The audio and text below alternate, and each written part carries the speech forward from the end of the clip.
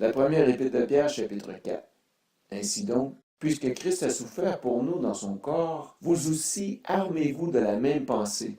Celui qui a souffert dans son corps en a fini avec le péché, afin de ne plus vivre en suivant les désirs des hommes, mais la volonté de Dieu pendant le temps qui lui reste à vivre ici-bas.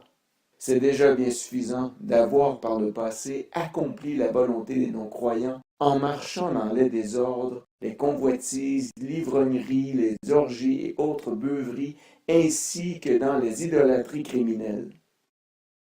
Aussi trouve-t-il étrange que vous ne vous précipitiez plus avec eux dans le même débordement de débauche, et ils vous calomnient. Ils rendront des comptes à celui qui est prêt à juger les vivants et les morts. En effet, l'Évangile a aussi été annoncé aux morts afin qu'après avoir été jugés comme tous les hommes ici-bas, ils vivent selon Dieu par l'Esprit. La fin de toute chose est proche. Soyez donc sages et sobres afin de vous livrer à la prière.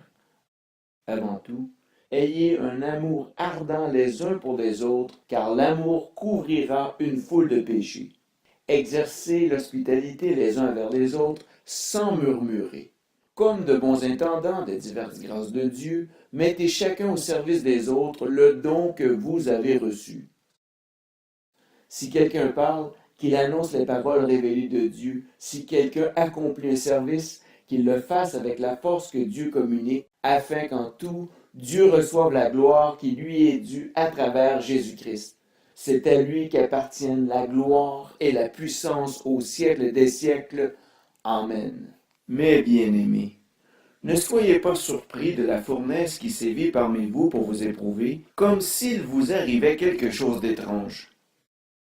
Réjouissez-vous au contraire de la part que vous prenez aux souffrances de Christ, afin d'être aussi dans la joie et dans l'allégresse lorsque sa gloire sera dévoilée. Si vous êtes insultés à cause du nom de Christ, vous êtes heureux parce que l'Esprit de gloire, l'Esprit de Dieu, repose sur vous. Eux, ils blasphèment l'Esprit, tandis que vous, vous lui rendez gloire. Que personne parmi vous n'ait à souffrir pour avoir tué, volé, fait le mal ou pour s'être mêlé des affaires d'autrui.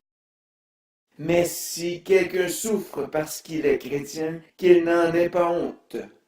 Au contraire, qu'il rende gloire à Dieu dans cette situation.